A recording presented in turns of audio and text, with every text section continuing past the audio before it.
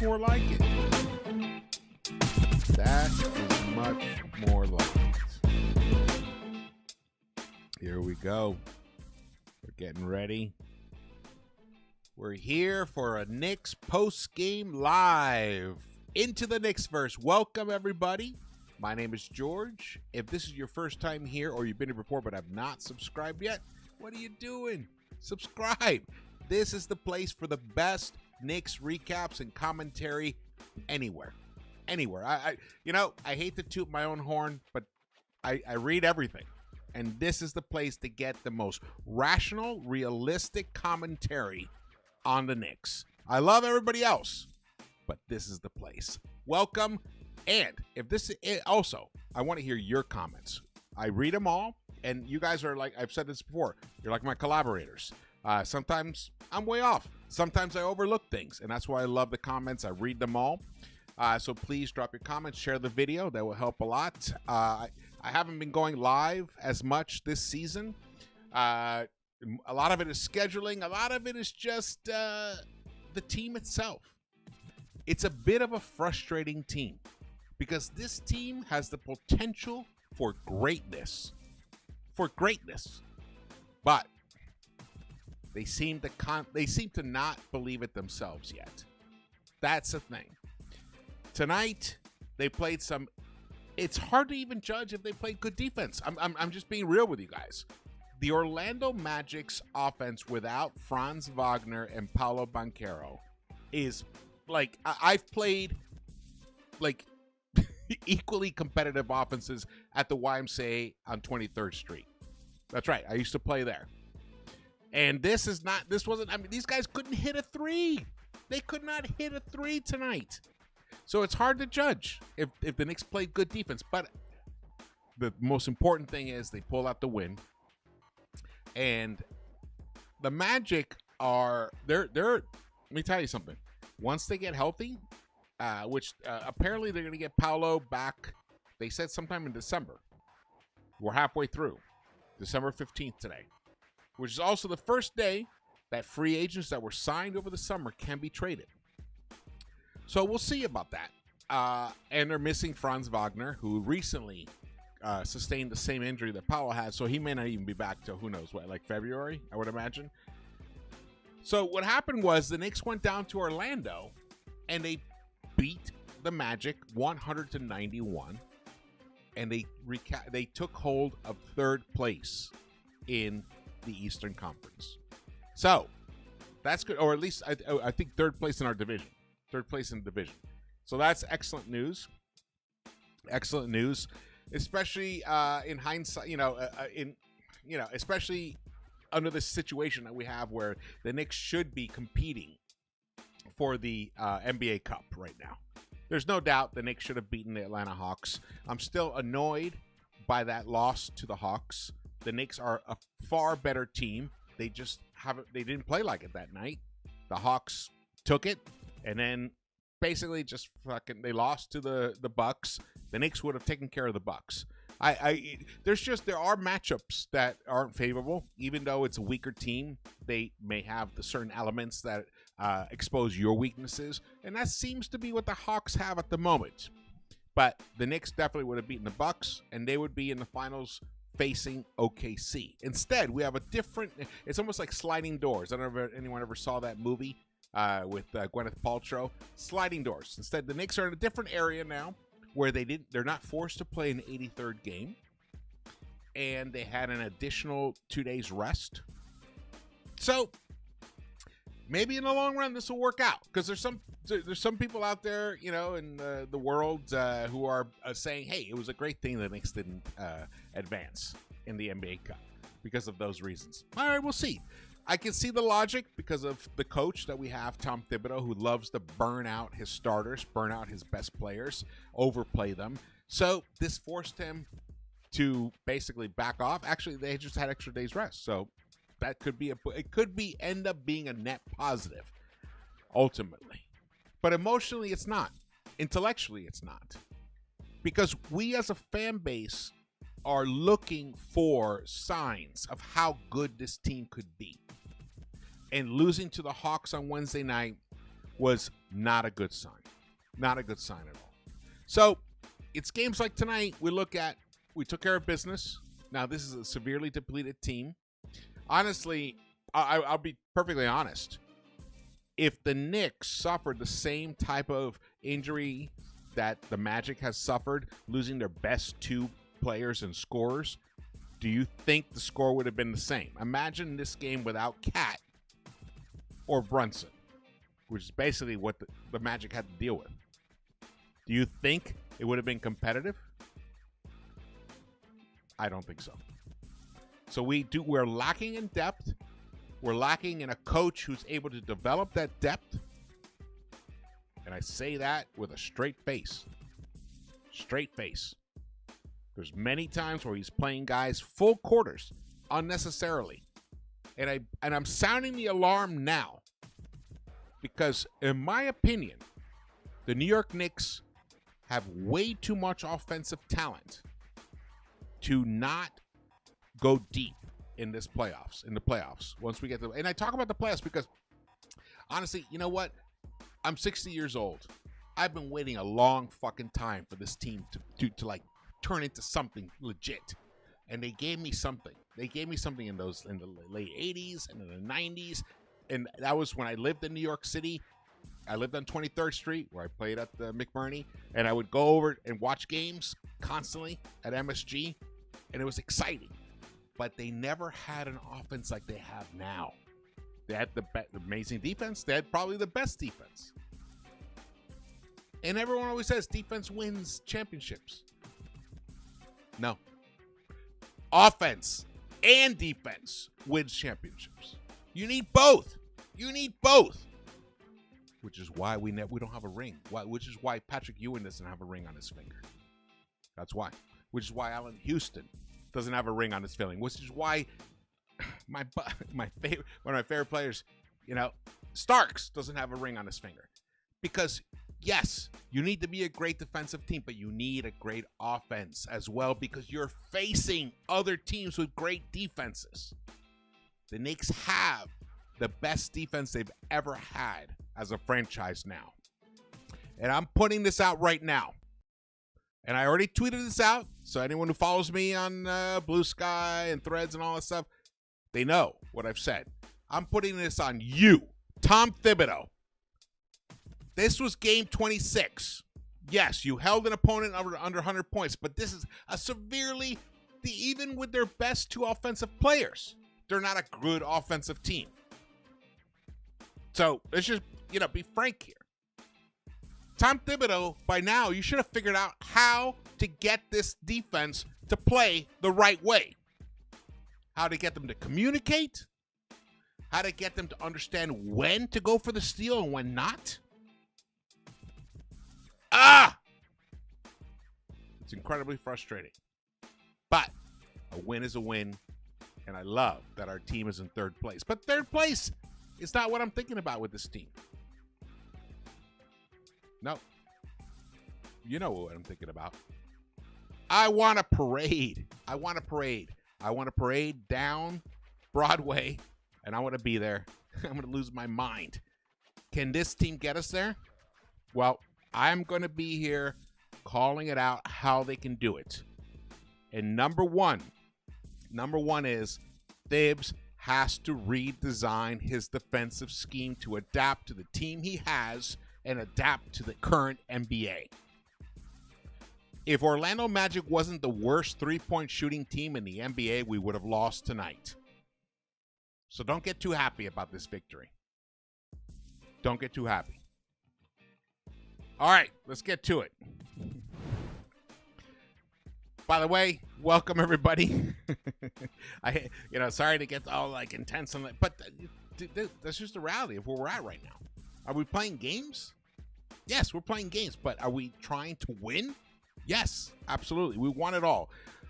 Shout out to Lex the Destroyer, best mod around. Thank you so much for joining me. Taka, Jose, Tony. We got a great group here. SS, what's up? Fuck the NBA Cup. Well, you know what? To some extent. But it is a measuring stick. Look what happened last year. Who made it to the final last year? The Indiana Pacers. And who made it to the Eastern Conference Finals last year? The Indiana Pacers. So the NBA Cup does matter. It does matter in terms of a barometer telling you what type of team you have. Right now, we have a team who's good, but not quite good enough. And that bothers me tremendously. Bothers me tremendously because I know the kind of team that I know the ingredients that are there. This team can go all the way. They can. Even with their defensive deficiencies. But how come the Atlanta Hawks can hide Trae Young? Good question, right? All right. We want a cup. We want a cup. We want a chip. We want everything. We want everything. This is New York City. This is orange and blue. This is the capital, the Mecca. We deserve a championship here. And the Knicks, they have the ingredients to give it to us. They just haven't quite developed into that quite yet. And I'm going to put that on Tom Thibodeau. I'm putting it on Thibs. And Leon, when I say Thibs, I'm also blaming you as well. So put that into perspective there. It's Tony Melendez. You're from Denver. What's up, brother, Tony? Denver's a great city. Great city. I love the Denver Nuggets. I do. I think they're fantastic. All right, let's keep going here. We got Cat was outstanding offensively tonight. He got a 20-20 double-double. 22 points, 22 rebounds, 5 assists on 7 of 50, only 15 field goal attempts. I'll tell you, if this guy could play defense on the level of who could I pick? Let's say just somebody on the level of I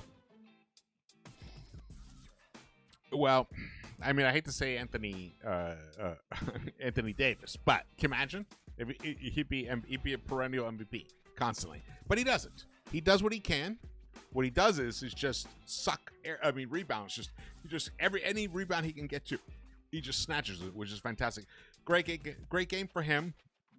If we don't have his performance, we don't win tonight.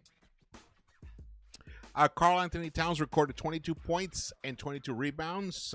Shout out to New York Knicks PR tonight versus Orlando, making the 13th time in his career and first time as a Knick recording 20-plus points and 20-plus rebounds. I think we're going to see this a couple more times this season. His rebounding is just he's made a leap this season in rebounding. He's leading the NBA in rebounding. So, do you need any more proof he's made a leap? He has made a leap in that respect. Does he protect the rim the way the Tom Thibodeau defensive scheme needs to be protected? No, he doesn't. But does the man do all the other things? He does as many as he can. Do I need him to do further, to do more? Yes, I do. I want him to exhaust himself defensively because I know that his offense will still show up, and maybe he won't shoot 53% from the three-point line. That's okay if he gives us that defensive presence on the other end. Denials. If he shoots 38%, 39% from the three-point line, that's fine. If he gives us the denials. Those are the checks and balances. Those are the offset things that they need to work out. But right now, this was great. We needed this to get this win tonight. I'm excited about it. Shout out to the chat. Thank you guys for joining me here. This is my first live post game of the season. It's game 26. We're deep into the season now. This is the serious stuff now. We need to really begin to assess what kind of squad we have, and it's difficult because we're still missing Mitch Robinson. And and to be honest with you guys, I'm going to talk about Mitch a little bit right now. I'm not really sure what the what Thibs and Leon and the front office have in mind for Mitch. It could I had heard a while back that Mitch wasn't going to return until January. Maybe by the end of December. Well, now we're hearing from Shams it may not even be till February. because they want him to be 100% or near 100%, and at least his conditioning to be at a much higher level. Because the problem with Mitch is when you put him out on the court and his conditioning isn't at 100%, he tends to get re-injured. That's just his history. We saw it last season. We've seen it many other seasons. But man, when this guy is rolling and he's feeling his oats, he is, in my opinion, he is definitely one of the very best defensive centers in the NBA. Game-changing type of centers in the NBA. So, and you know, and I'm in agreement with the organization's approach. Let's just wait on Mitch. Let's not rush him back. Let's wait, because what we really need him for are the playoffs against those special fives like Embiid, Joker, Giannis, guys like that. Even Porzingis. Like, you know, Mitch can definitely, you know, make Porzingis' life difficult. The thing that I struggle with is like, okay, so you're planning on playing Cat and Mitch together. Is that the plan? If that were the plan, wouldn't you already be trying to make Cat start playing the role of the 4 now? Wouldn't you want to have Sims out there? Wouldn't you want to have, I mean, Hawk Porty got injured, unfortunately, but maybe sign somebody else, bring somebody else in. Like, wouldn't you want to like give Towns some time at the 4 so he starts getting adjusted to that now, 26 games in? Well, maybe they don't. Maybe they feel they don't need that much time. Maybe they feel like, hey, just like 40% of a season, the remaining, let's say from February on, is enough for Cat to adjust his role and approach to offensively and defensively on the court, to have to learn how to play with Mitch Robinson. Because if this team is going to make the leap from 3rd place right now to 1st and to the dominant team in the playoffs, if the roster stays the way it is, and Mitch comes back and Landry Shamet comes back, then that means Mitch and Cat have to learn how to play together. And that means the other 3 who are on the court with them have to learn how to play with them and maximize them. We're not seeing any of that. Which makes me then wonder, is the whole approach, is there a trade coming? These are the things I think about. All right, let's keep moving. Jalen Brunson, outstanding offensively tonight. 31 points, 4 of 8 from the 3-point line, 5 assists.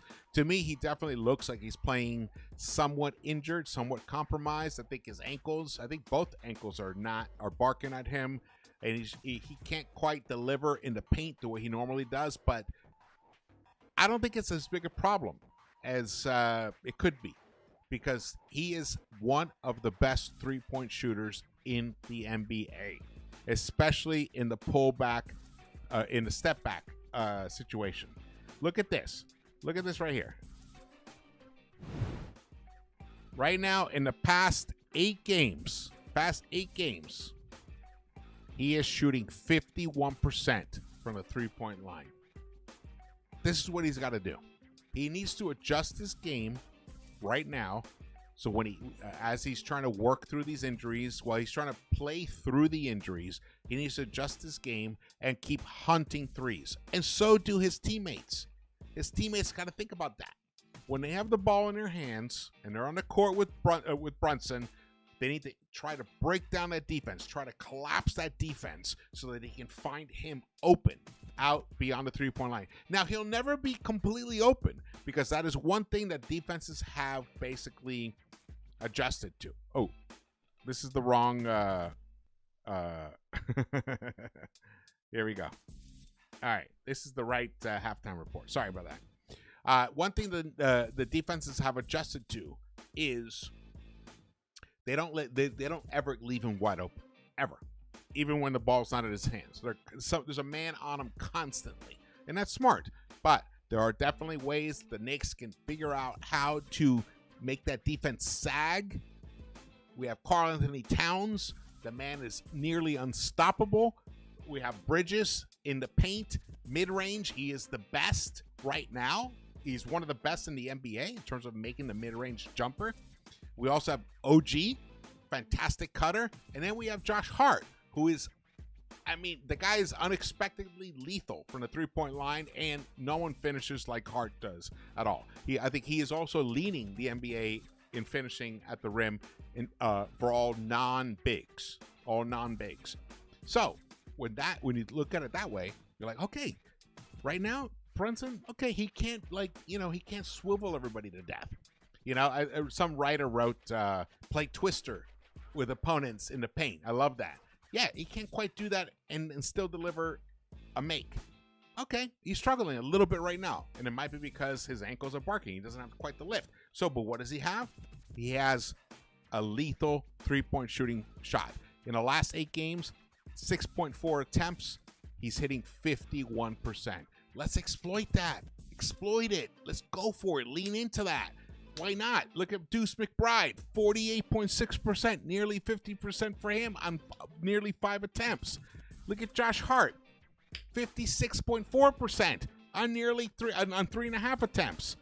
And we have Mikal Bridges, who started off slow, struggled, but in the last 8 games, he is shooting 40.7% from the three-point line. The thing is interesting here. Oh, sorry, we lost this here. Karl-Anthony Towns in the last 8 games has not been that effective from the three-point line. He's only shooting 35.3%. This is the guy who led the NBA in three-point shooting for a long stretch.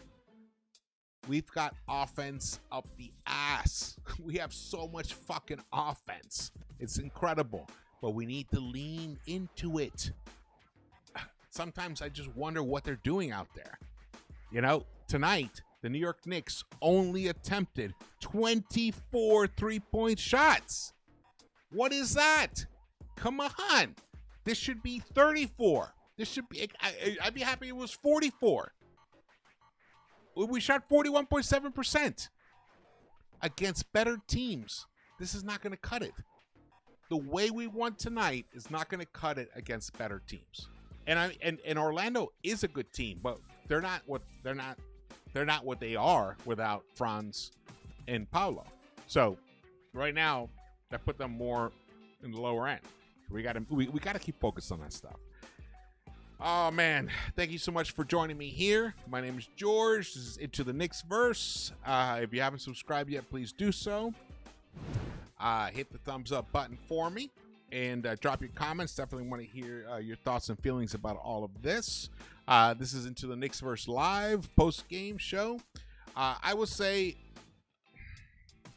I couldn't be happier with the trade, honestly, because I would say this: the Knicks right now with Karl-Anthony Towns have the potential for greatness. Potential for greatness. We need to figure out that defense. And if there was one coach in the NBA who should be able to figure it out, it's Tom Thibodeau. The fact that he hasn't quite yet is a little bit concerning, but you know what? I'm gonna still. I'm gonna call it out. I'm gonna call it out. But I still believe that Thibs is gonna figure it out. What he did in the previous past 2 seasons, he leaned into offensive rebounding. With a team like this that shoots an unbelievable at an unbelievable high clip of efficiency, there's going to be less rebounds. There's definitely less offensive rebounds. So we need to switch our emphasis from offensive rebounding dominance, which we had in the previous 2 seasons, especially with Mitch and Isaiah Hartenstein around. We need to switch that to defensive rebounding, because there's not going to be as many offensive rebounding opportunities with a team like this. We make buckets. We just make them. We need to protect the ball. Tonight, you know what? Shout out to the Magic. We destroyed them in the previous game. And tonight they were like, you know what? We need to like rise up. We can't let that happen again. And they played their asses off defensively. They took advantage of everything that the refs allowed them to do in terms of getting way too physical with us and not getting fouls called on them. They took advantage of it. And shout out to them for doing it, but they still lost. They still lost, and that's the way it should be. This New York Knicks team has got to accept that they are destined for greatness. Sometimes it's harder to accept something like that about yourself than it is to accept it in somebody else. I feel like that's what's happening with this Knicks team right now. They know they can be great, but they haven't fully embraced how they can do it. They need to figure it out. And that, my friends, I'm putting on Tom Thibodeau. He's the coach. He should be the one who helps them get to that. He's the one who helps them unlock that. All right. Thank you so much for watching me. Watching into the Knicks-Verse. Truly appreciate it. It's been great. I'm glad I went live with you guys. Again, drop your comments. I read them all. Hit the thumbs up button for me. Share this video. And I will see you around the Knicks-Verse. Let's go.